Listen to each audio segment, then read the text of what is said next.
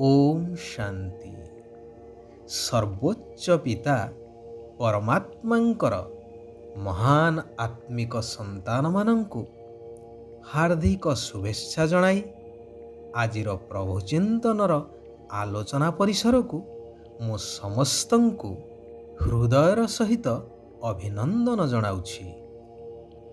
कुहा जाए भगवानंकु दिने ना दिने आसिबाकु पड़िबो भक्तिर फल देवा पाई।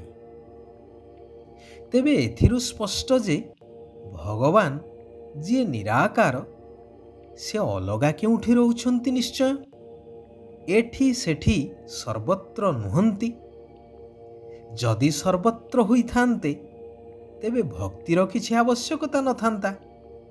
तीर्थ व्रत दान धर्म पूजा पाठ आदि किछि करिबाकु पड़ी न थांता।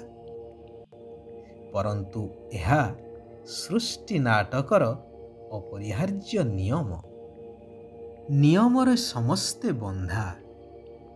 आमे माने भक्ति करी करी थकी जिबा परे अर्थात मुक्तिर पथ न पाई हताश हो गले भगवान को आसीबाकू पड़ी थाए समस्तंकु मुक्ति आउ जीवन मुक्ति प्रदान करिबा पाई, जहाको शास्त्रीय भाषा रे कहा जाए कि भगवानंकु भक्तिर फल देवा पाई आसीबाकू पड़िला। अविनाशी सृष्टि नाटकर नियम अनुसारे अधा कल्प भक्ति एवं अधा कल्प ज्ञानर पाठ चलिबो। अर्थात अधा समय सुख अधा समय दुख समस्तंकु एई गति देई जीवाकू ही पड़िबो। सत्य त्रेतया द्वापर कली चारि जुग संपूर्ण हेबा परे कलीर तम प्रधान संस्कार को परिवर्तन करी सत्य जुगी सतो प्रधान संस्कार धारण करिवार समय अर्थात रिहर्सालर समय एई मध्यवर्ती कल्याणकारी पुरुषोत्तम संगम समय रे ही होई थाए, जहाकू आत्मिक ज्ञान कुहा जाए। जेउ ज्ञान स्वयं आत्मिक पिता परमात्मा आसी शिक्षा देई थांती। एही ज्ञानर फलस्वरूप अधा कल्प सत्य आउ त्रेतया दुई जुग मनुष्य दैवी गुण संपन्न देवी देवता ही प्राप्ति स्वरूप सुख शांति भरा स्वर्ग राज्यर अधिकार को भोग करि थाए। एहा परे द्वापर आउ कली दुई जुग आत्मविस्मृत होई देह अभिमान कारण वशतः पांच विकारर प्रभाव रे आसी दुख शांति भोग करि थाए एवं सेथिरु मुक्ति पाइबा पाई भक्तिर कर्मकांड करि थाए। अर्थात मंदिर आदि को जाई मागिबाकू लागि थाए। एबे भगवान आसी पुनः स्मृति देउछंती कि मीठा आत्मिक संतानगण तुमे माने देवी देवता कुलर अट। तुमकू एबे पूजारी रु पूज्य हेबाकू पड़िबो। बाबा तुम समस्तंकु भक्तिर फल देवा पाई आसीछंती। तेणु एबे सबु किछि छाड़ी मोरी शरणापन्न हुआ अर्थात एक मोरी श्रीमतरे चाल। तेबे तुमर जन्म जन्मांतरर पाप विनाश जाई आत्मा पवित्र सतोप्रधान होई दैवी गुण युक्त होई जीव। सेथिपाई देह सहित देहर सबु संबंध गुड़िकरु ममत्व तुटाई निमित्त होई सबु किछि संभालिबार अछि। साक्षी द्रष्टा होई प्रत्येकंकर अभिनय को देखि चलिबा दरकार। ତେବେ ଏଥିରୁ ମମତ୍ୱ ତୁଟେଇବାର ସହଜ ବିଧି ହେଉଛି ମୋର ତ ଏକମାତ୍ର ଶିବ ବାବା, ଦ୍ୱିତୀୟ କେହି ନୁହେଁ, ଏହି ପାଠକୁ ପକ୍କା କରିବା।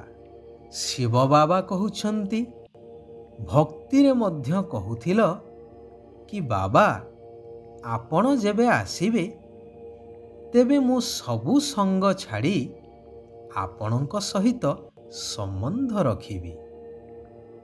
ତେଣୁ ଏବେ ମୁଁ କହୁଛି କି ତୁମେ ଦେହ ସହିତ ସବୁ ସମ୍ବନ୍ଧକୁ ବୁଦ୍ଧିରୁ ତ୍ୟାଗ କରି ନିଜକୁ ବିନ୍ଦୁ ଆତ୍ମା ଶରୀରଠାରୁ ଅଲଗା ଅନୁଭବ କର। ବିନ୍ଦୁ ପିତାଙ୍କୁ ମନେ ପକାଅ। ଏହି ପୁରୁଣା ଶରୀରଠାରୁ ମଧ୍ୟ ବୁଦ୍ଧି ତୁଟେଇ ଦିଅ। କିନ୍ତୁ ଏଥିରେ ହିଁ ପରିଶ୍ରମ କରିବାକୁ ପଡ଼ିବ।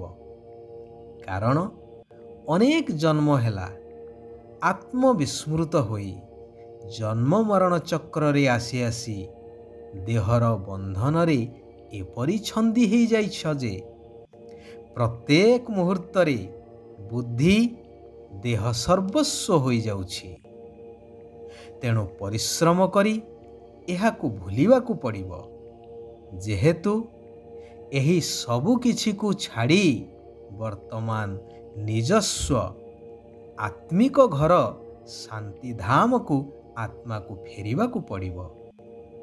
ଏହି ପ୍ରତିଜ୍ଞାକୁ ପାଳନ କରିବା ପାଇଁ ସକାଳୁ ସକାଳୁ ଉଠି ନିଜ ସହିତ କଥା ହୁଅ ବା ବିଚାର କର। ଏବେ ଏହି ନାଟକ ଶେଷ ହେଉଛି। Attention please. କୁହାଯାଏ, ଯେପରି ଅନ୍ନ ସେପରି ମନ, ଅର୍ଥାତ୍ ମନ ଉପରେ ଖାଦ୍ୟର ପ୍ରଭାବ ରହିଥାଏ। ତେଣୁ ଭୋଜନ ପ୍ରସ୍ତୁତ କରିବା ଏବଂ ଭୋଜନ ଖାଇବା ସମୟରେ ଯୋଗଯୁକ୍ତ ଅବସ୍ଥାରେ ଅର୍ଥାତ୍ ଆତ୍ମିକ ସ୍ଥିତିରେ ରହି ପରମାତ୍ମାଙ୍କ ସ୍ମୃତିରେ ଏହି କାର୍ଯ୍ୟ ସମ୍ପାଦନ କରିବା ଆବଶ୍ୟକ। ବ୍ୟର୍ଥ ବାର୍ତ୍ତାଳାପ କରିବା ଅନୁଚିତ। ଶିବ ବାବା କହୁଛନ୍ତି, ଯେହେତୁ ବର୍ତ୍ତମାନ ଘର ବାହୁଡ଼ା ସମୟ, ତେଣୁ ଯୋଗ ବଳ ଦ୍ୱାରା ପାପର ଖାତାକୁ ଯୁକ୍ତ କରିବାକୁ ହେବ। ଦିନରେ ଶରୀର ନିର୍ବାହ ଅର୍ଥେ କର୍ମ କର। ରାତ୍ରିରେ ଜାଗ୍ରତ ରହି ନିଜ ସହିତ ନିଜେ କଥାବାର୍ତ୍ତା କର। ବିଚାର କର ଯେ ଏହି ନାଟକ ଶେଷ ହେବାକୁ ଯାଉଛି। ଆମେ ଏବେ ଘରକୁ ଅର୍ଥାତ୍ ପରମଧାମ ଘରକୁ ଫେରିଯିବୁ। ସେଥିପାଇଁ ବଞ୍ଚି ଥାଉଁ ଥାଉଁ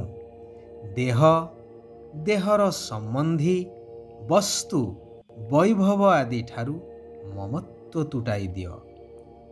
ଡବଲ ନିଶାଯୁକ୍ତ ସ୍ଥିତି ଦ୍ୱାରା ସର୍ବଦା ନିର୍ବିଘ୍ନ ରହୁଥିବା ବିଶ୍ୱ ପରିବର୍ତ୍ତକ ହୁଅ। କାରଣ ତୁମେମାନେ ମାଲିକ ମଧ୍ୟ ଅଟ ଏବଂ ବାଳକ ମଧ୍ୟ। ଯେତେବେଳେ ଯେଉଁ ସ୍ଥିତିର ଆବଶ୍ୟକତା ରହିଛି ସେହି ସ୍ଥିତିରେ ସ୍ଥିତ ହୋଇଯାଅ। ଏହିଭଳି ଡବଲ ନିଶା ସର୍ବଦା ନିର୍ବିଘ୍ନ ଜୀବନର ଅନୁଭବ କରାଇବ ଏବଂ ଏହିଭଳି ଆତ୍ମାମାନଙ୍କୁ ବିଘ୍ନ ବିନାଶକର ଉପାଧି ପ୍ରାପ୍ତ ହୋଇଯାଏ।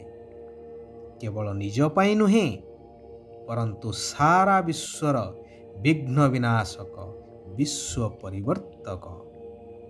ସେମାନଙ୍କ ସମ୍ମୁଖରେ ବିଘ୍ନ ମଧ୍ୟ ସ୍ୱତଃ ଦୁର୍ବଳ ହୋଇଯାଏ। ଯଦି ନିଜର ଡବଲ ଲାଇଟ୍ ସ୍ୱରୂପରେ ସ୍ଥିତ ରହିବ, ତେବେ ସବୁ ବୋଝ ସମାପ୍ତ ହୋଇଯିବ। ଡବଲ ଲାଇଟ୍ ଅର୍ଥାତ୍ ପ୍ରକାଶ ସ୍ୱରୂପ ଏବଂ ହାଲୁକା ସ୍ଥିତି। ଆଚ୍ଛା, ଆଜି ପାଇଁ ଏଇଠାରେ ଆମେମାନେ ବିରାମ ନେବା। ପୁନଶ୍ଚ ଆସନ୍ତାକାଲି ଆମେମାନେ ସେହି କଲ୍ୟାଣକାରୀ ପରମାତ୍ମାଙ୍କର ଆଉ କିଛି କଲ୍ୟାଣକାରୀ ମହାବାକ୍ୟକୁ ଶ୍ରବଣ କରିବା। ନିଜ ଜୀବନରେ ଧାରଣ କରି ନିଜ ଜୀବନକୁ ପରିବର୍ତ୍ତନ କରିବା ସହିତ ସାରା ବିଶ୍ୱକୁ ପରିବର୍ତ୍ତନ କରିବାର କାର୍ଯ୍ୟରେ ସହଯୋଗ କରିବା। ଓମ୍ ଶାନ୍ତି। ଓମ୍ ଶାନ୍ତି। ଓମ୍ ଶାନ୍ତି।